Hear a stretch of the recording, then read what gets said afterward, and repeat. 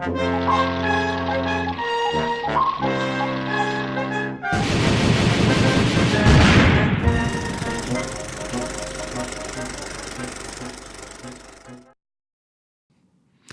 everybody, welcome to another Ask BP. Just smiling like a dope. Welcome to another Ask BP video segment where we answer your very important questions, I would have to assume. No, these are very trivial questions that have nothing to offer anyone, except to offer us content. Sure, absolutely. I'm sorry to be smiling like a dope. I'm not one of these millennials that grew up being on camera, you know? Not so comfortable in the public eye as these millennials are. All right, first question comes from Alexander, not the Alexander who writes for our website. Good. He's got a lot of stuff going on here, but basically what he wants to know is what is the future of hand-drawn or 2D animated movies in the 21st century? I mean, I feel like this could be an episode of the podcast. Oh, absolutely, and I'd be all for switching it over to that. But it does feel like it's kind of this, like small boutiques do it now. Disney tried to go back to the 2D thing, not go back officially, but it, with the Princess and the Frog, and that was not remarkably well received. And I think it made some money, but not as much as they thought it was going to. So they went right back to computer animation, and then that's all Pixar does. And so I feel like at this point, like Studio Ghibli and then some other smaller studios. Yeah, he mentioned the ones that I would have mentioned in terms of 2D from recent years, which is Song of the Sea and The Secret of Kells. Right. Both lovely movies. I don't know. I mean, I feel like movies, them to be gloom and doom about it, doom and gloom is how people usually phrase that. Movies themselves are becoming less important to people. Yeah, they're no longer the sort of dominant cultural art form, and so in a sense, I think over the rest of our lifetimes, movies are going to become more of a niche in general, and so I think there will be as much space for 2D animation as there is demand for it. I don't know, I feel like I'm being very pessimistic here, but well, there's always the possibility to feed into your pessimism a little bit. There's always the possibility that nostalgia could win the day, and you could get filmmakers who grew up with the Renaissance of Disney, like Little Mermaid and Beauty and the Beast and Aladdin, and then they start to direct stuff themselves, and they're like, oh, let's go back to 2D for a few projects. But even then, I don't think it would be a lasting trend. I feel like for the most part, it's going to be, like you said, just kind of a niche that will always be there, but I don't think it's not going to dominate the market or anything. Yeah, soon it's just going to be all Flash animation on YouTube. Exactly. Let's move on. This one, okay, so this... I'm Yona, I'm going to take your question and sort of, because it was meant for me, and I'm sort of going to bastardize it a little bit so that it's meant for both of us. Because Yona asks me, personally, when am I going to rewatch Boogie Nights?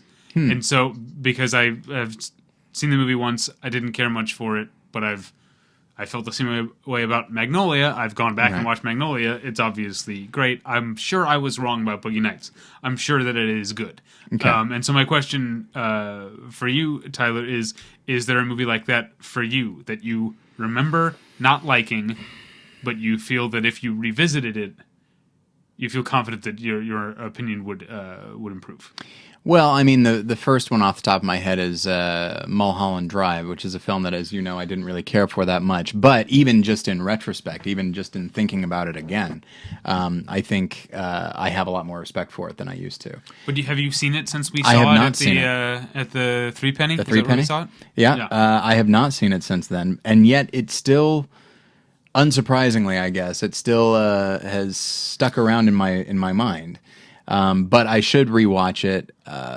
But there's always the possibility that there will be things about it that I like less, and so. Right. But I get the feeling that won't be the case. Do you remember when we lived together and we got into an argument about Mulholland Drive and Yes. I threw a bowl of popcorn across the room? Yes, I do remember that.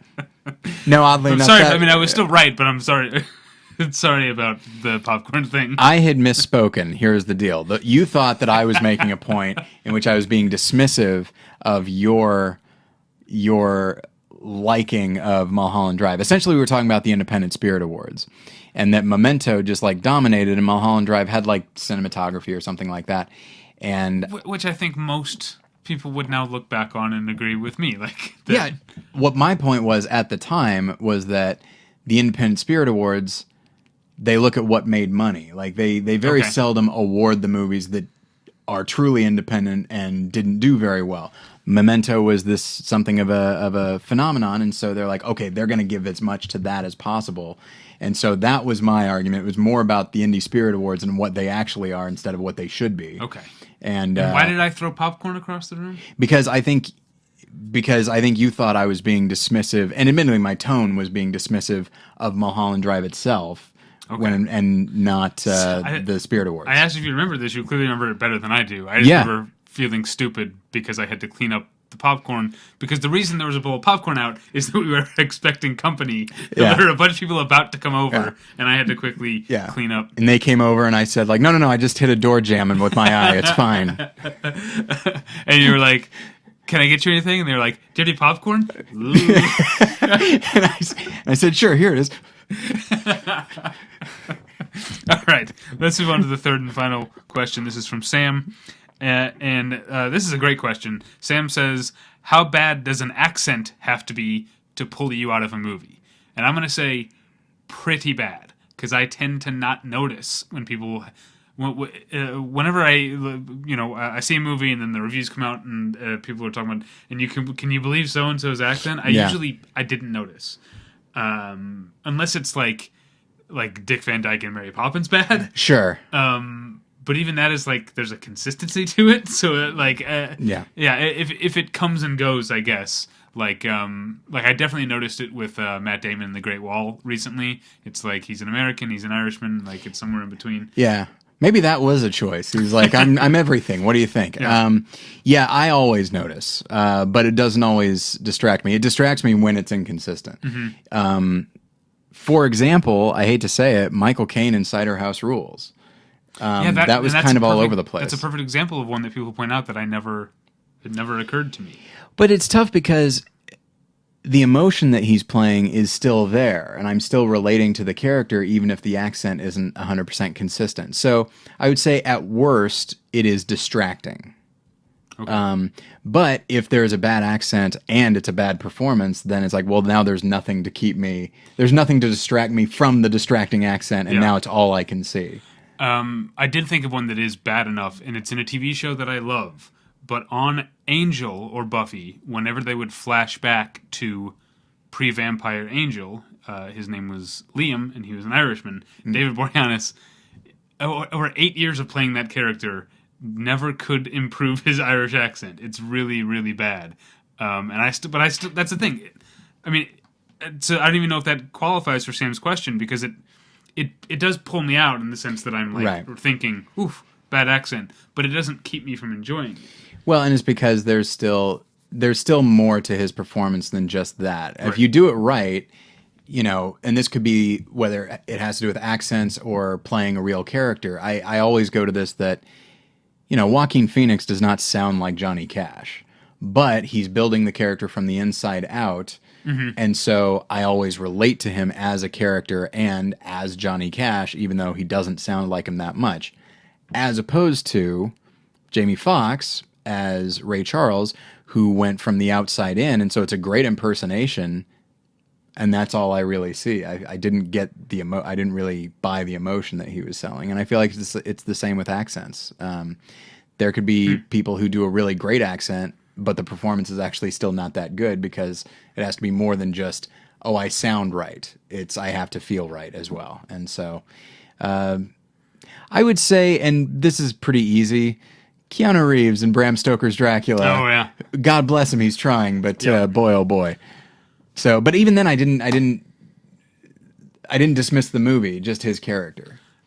Speaking of dismissing things, we're out of time. Indeed. All right. Thank you for watching. We'll have another one of these at some point in the future. Email your questions to David at battleshippretension.com. Indeed. Thank you for watching.